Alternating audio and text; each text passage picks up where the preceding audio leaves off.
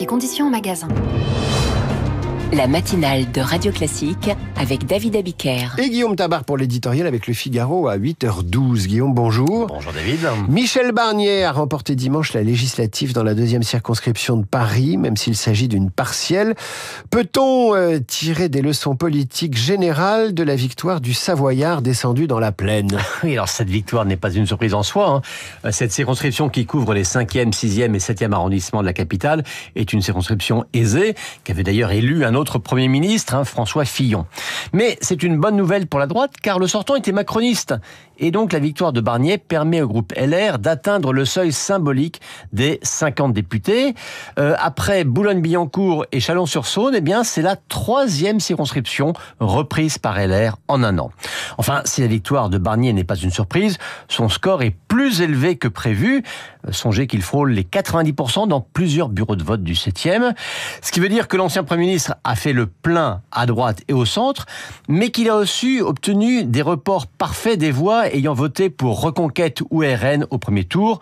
Pour le dire autrement, l'union des droites a fonctionné à plein dans cette circonscription parisienne, alors qu'à l'évidence, toutes les voix de gauche, et notamment celles qui avaient voté Mélenchon à la présidentielle, n'ont pas voté pour la socialiste Frédérique Bredin. À gauche, d'ailleurs, ce résultat provoque une polémique. Et pourquoi donc ? Parce que les Insoumis tirent à boulet rouge sur la candidate socialiste.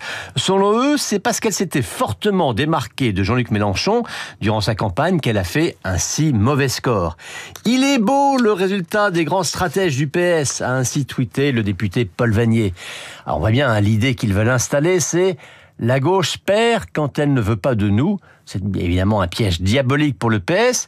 Et dans une autre partielle, concernant cette fois les Français de l'étranger, le PS avait cette fois-ci présenté un candidat contre la candidate LFI. Eh bien, le PS a été éliminé et l'insoumise s'est qualifiée au second tour. Les mélenchonistes, évidemment, jubilent. L'union, c'est nous. Et ça gagne. La division, ce sont les socialistes, et ça perd. Vous voyez, cela donne un avant-goût de ce que sera le débat à gauche en vue des municipales ou même d'éventuelles législatives anticipées. Alors revenons à Michel Barnier. Qu'est-ce que son arrivée à l'Assemblée nationale peut changer ? Censuré après 4 mois à Matignon, Michel Barnier retrouve une tribune nationale et l'Assemblée nationale, elle retrouve une figure de premier plan.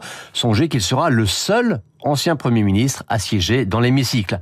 Alors dans le Figaro ce matin, il se montre prudent et ne prétend à rien d'autre qu'être utile, le mot n'engage à rien.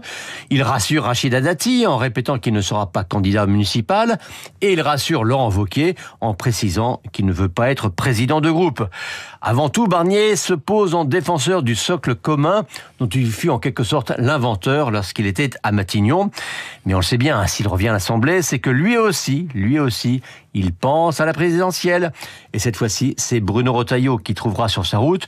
Cela dit, au vu des sondages actuels, tout cela paraît encore bien prématuré.